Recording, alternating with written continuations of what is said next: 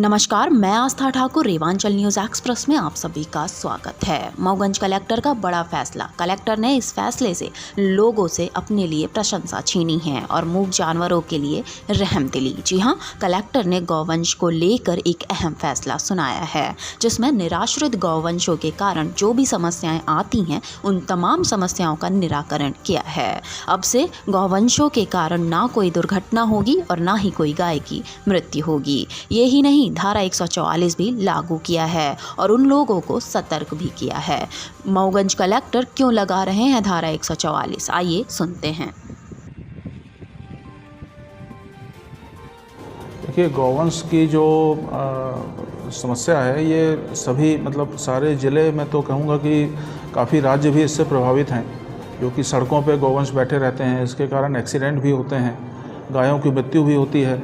मेरे पास लगातार लोग आके शिकायत करते हैं। किसान संघ वाले भी आए थे, उन्होंने कहा कि उनकी खेतों में ऐसे गौवंश जो निराश्रित हैं वो घुस जाते हैं, उनकी फसलों को नष्ट करते हैं, एक्सीडेंट होते हैं, हाईवे पे एक्सीडेंट होते हैं। जो शहर हैं, शहरों में ऐसे गौवंश घूमते रहते हैं, तो जब भगदड़ मस्ती है, आपस में लड़ते हैं, तो मालूम पड़ा आसपास के कोई स्कूटर में जा रहे हैं, महिलाएं हैं, बच्चे हैं, वो उनको चोट लग जाती है। तो ये बहुत बड़ी समस्या है। इसके लिए एक व्यवस्था तो यह है कि जो गौशालाएं हैं उसमें इनको रखा जाए। तो वो एक व्यवस्था है जिसमें लगातार हम लोग काम करते हैं, परंतु वहाँ पे चूँकि उतनी अभी चारे की, पानी की, ये सब समस्याएं रहती हैं। तो मैंने एक विचार बनाया है, एक स्कीम मैं कल से लॉन्च कर रहा हूँ, कल से शुरू करेंगे। उसका हेडिंग मैंने दिया है, सड़क से एक गौमाता को हम घर ले आएँ। सड़क से एक गौमाता को घर ले आना है। इसमें मैंने ये प्लान किया है कि जितने नगरीय क्षेत्र हैं और ग्रामीण क्षेत्र हैं, उसमें जो गौवंश सड़कों पे घूम रहे हैं, निराश्रित हैं, तो हमारे सीएमओज़ और जो वहाँ के सरपंच सचिव वगैरह हैं, सीओज़ हैं, वो अस्थायी बाड़ा बना करके उन गौवंश को वहाँ पे रखेंगे। और उसके बाद मैं लोगों से अपील करता हूँ, सभी लोगों से जो भी सक्षम हैं एक गौवंश रखने के लिए, 1 या 2 या 3 या ज़्यादा, तो वो स्वेच्छा से वहाँ से एक गौवंश को लेकर के अपने घर में रख लें और उसकी देखभाल करें, और देखभाल फिर अंत तक करें, ताकि दोबारा वो गौवंश निराश्रित जो है वो वापस सड़क पर ना पहुँचे। इसके लिए मैंने धारा 144 सीआरपीसी की धारा 144 के अंतर्गत कल एक आदेश जारी कर दिया है, जिसमें ये उल्लेख किया है कि चूँकि इससे मानवीय सुरक्षा और उसको खतरा पैदा हो रहा है, तो इसके लिए जिसका भी गौवंश है वो अपने घर में बांध के रखें। यदि इससे कोई एक्सीडेंट होता है तो धारा 144 के अंतर्गत जो धारा 188 होती है उसमें कार्रवाई की जाएगी।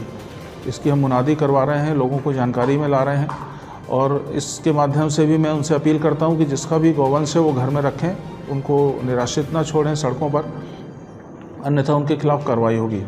ये तो एक पहलू हो गया। दूसरा, मैं लोगों से अपील करता हूं कि जो लोग भी गाय रखने में सक्षम है या उनकी इच्छा है रखने की, तो वहां से जो भी बाड़ा हम लोग बना रहे हैं नगरीय निकायों में और ग्रामीण क्षेत्रों में, वहां जाकर के कल से हम ये स्कीम लॉन्च करेंगे। आप वहां जाएं, आपका वहां पर नोट किया जाएगा नाम, नंबर, मोबाइल नंबर, और जो भी गौवंश आपको अच्छा लगे, अच्छे से मेरा आशा यह है कि पहले आप कोशिश करें कि जो बुजुर्ग हैं, जो कमज़ोर हैं, निशक्त गाय हैं, उनको पहले प्राथमिकता पे हम ले जाएं, ताकि उनकी सेवा हम कर सकें।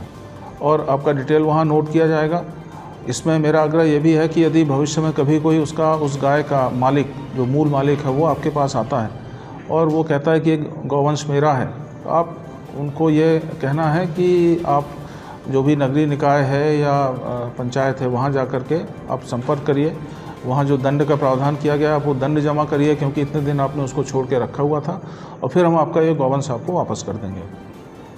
तो मेरी अपील यह है सभी आमजन से, सभी लोगों से, कि इसमें आगे आएँ।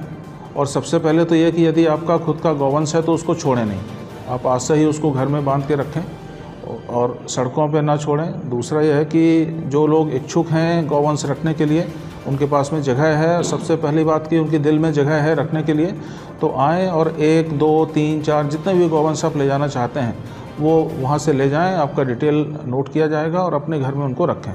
मैं खुद भी 4 या 5 गौवंश जहाँ पे मैं अभी निवास कर रहा हूँ वहाँ पर रखूँगा, और लगातार उनके चारे की, पानी की और बाकी सारी व्यवस्थाएँ मैं लगातार करूँगा। तो सभी के सहयोग की अपेक्षा है, और मैं समझता हूँ कि यदि सबने सहयोग किया तो ये जो गौवंश की समस्या है सड़कों पर और शहरों में, ये एक झटके में इसको हम समाप्त कर सकते हैं और मऊगंज जिला एक मॉडल के रूप में एक राज्य में और देश में उभर के आएगा, ऐसी मेरी मंशा है। सर कुछ ऐसे गौवंश हैं आवारा जिनमें टैग लगे हुए हैं, जी, तो उनको तो चिन्हित किया जा सकता है। हम वो भी कार्रवाई करेंगे कि जिनमें टैग लगा हुआ है उसके मालिक का निश्चित रूप से पहचान हम निकाल सकते हैं, उनके खिलाफ भी हम कार्रवाई करेंगे निकाल के। परंतु अभी सबसे पहली समस्या यह है कि वो गौवंश सड़कों से हट जाएं, ताकि जो एक्सीडेंट हो रहे हैं या गौवंश की मृत्यु हो रही है, वो जो पीनल कार्रवाई है वो हम अलग से करेंगे लगातार। बट मेरा आग्रह यह है कि सब लोग आगे आकर के और इन गौवंश को अपने घर में ले जाएं, तो एक साथ मैं समझता हूँ कि कल के बाद काफ़ी कुछ एक अंतर हमको देखने को मिलेगा।